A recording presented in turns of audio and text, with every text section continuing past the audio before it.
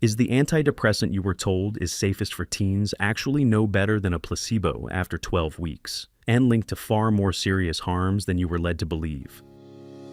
Welcome to Dr. Mercola's Cellular Wisdom. Stay informed with quick, easy-to-listen summaries of our latest articles, perfect for when you're on the go. No reading required. Subscribe for free at mercola.com for the latest health insights.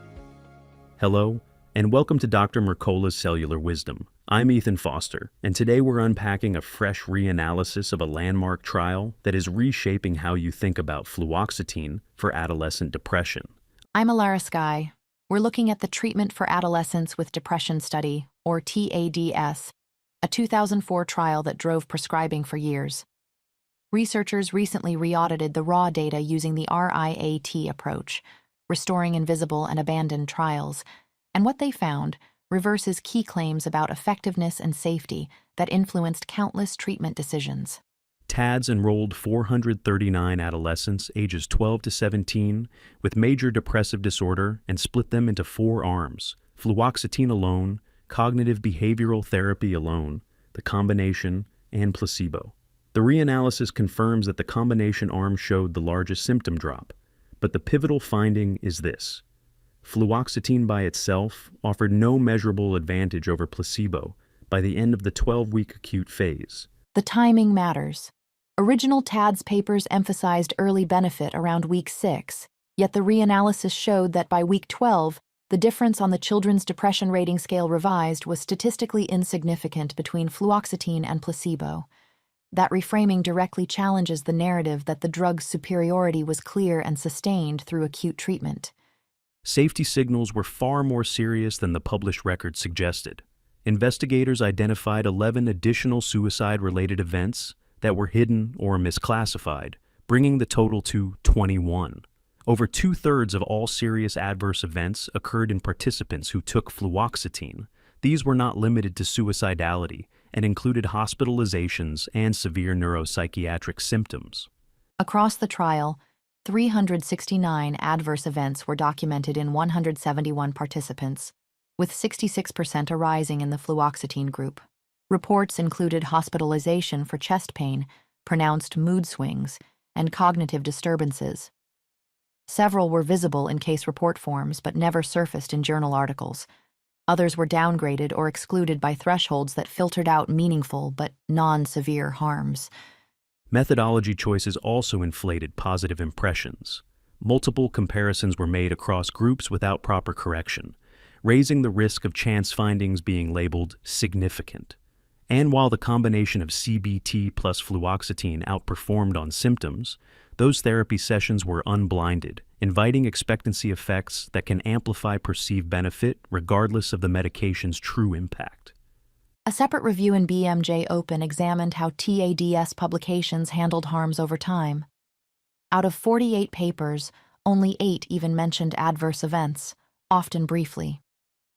The reviewers found misclassification, including instances where participants who attempted suicide while on fluoxetine but later discontinued were counted in the placebo group, artificially sanitizing the drug's safety profile and inflating placebo-related harms. The reporting threshold itself hit a wide range of experiences.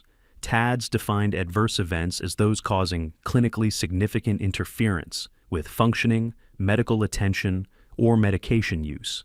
By that rule, emerging mania or other symptoms could be omitted unless they crossed a high bar. Long-term safety was also underreported, despite a 36-week trial and 1-year follow-up. Detailed adverse effect profiles were largely limited to the first 12 weeks. These findings echo a broader concern. If selective serotonin reuptake inhibitors are uniformly framed as safe because they raise serotonin, how do you reconcile agitation, insomnia, and even psychotic symptoms reported by teens on fluoxetine? The reanalysis didn't chase molecular pathways.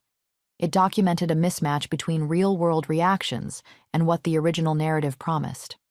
The public health takeaway is straightforward. Transparency isn't optional. With complete access to clinical data, the investigators concluded that superiority over placebo was not demonstrated for fluoxetine, and that harms were considerably higher than reported.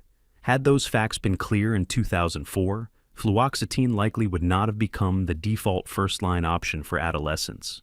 If you're supporting a teen or you're navigating low mood yourself, non-pharmaceutical strategies deserve first consideration. Start by strengthening gut health. Favor homemade probiotic-rich foods and avoid ultra-processed items high in linoleic acid. Keeping LA below 5 grams per day, ideally under 2 grams, helps. A forthcoming Mercola Health Coach app's Seed Oil Sleuth feature will make tracking this easier. Reducing processed foods, unnecessary antibiotics, and agricultural chemical exposure supports a resilient microbiome and steadier mood. Build daily habits that harden your mental resilience. Regular exercise and consistent quality sleep improve mitochondrial function and energy, lifting mood in a way you can feel. Simple routines, such as a brisk walk and a stable bedtime, are practical anchors when motivation is low and stress is high. Leverage non-drug methods that teach durable coping skills. Counseling, talk therapy, and CBT help you address root causes and develop strategies that stick. Emotional freedom techniques is another non-drug option with reported benefits for anxiety and depressive symptoms, giving you a tool you can use anywhere to reduce emotional load. Mind your vitamin D status through safe sun exposure. Low vitamin D is linked with higher depression risk, and spending time outdoors helps. If your diet has been high in linoleic acid, avoid midday sun between 11 a.m. and 3 p.m. until LA is cleared. To accelerate that process, consider C15:0 pentadecanoic acid from full-fat dairy. Most people get only 10 to 200 milligrams daily, and Dr. Mercola personally takes 2 grams per day. There are additional natural supports to consider. GABA, whether as a supplement or herbal tea, can promote a calmer state by regulating neuronal activity. Magnesium status matters, and supplementation has been associated with reduced depressive symptoms. Methylene blue, which supports mitochondrial energy production, has outperformed placebo within 3 weeks in clinical settings for severe depression. If you're already on an antidepressant and want to come off, do this with your prescribing physician and follow a gradual dose reduction protocol. If you feel desperate or have thoughts of suicide and you're in the U.S., dial 988, call 911, or go to the nearest emergency department. For other countries, search your local suicide hotline resources to get immediate support. Here's today's challenge. If this reanalysis raises questions for you, take one action in the next 24 hours.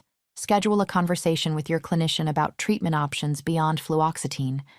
Begin removing high LA foods from your meals, or book a first session for CBT or EFT. Small steps taken now can redirect your trajectory. Thank you for watching Dr. Mercola's Cellular Wisdom. We'll see you on the next episode. Thanks for watching. Subscribe now and click the notification bell so you never miss an update. See you in the next video.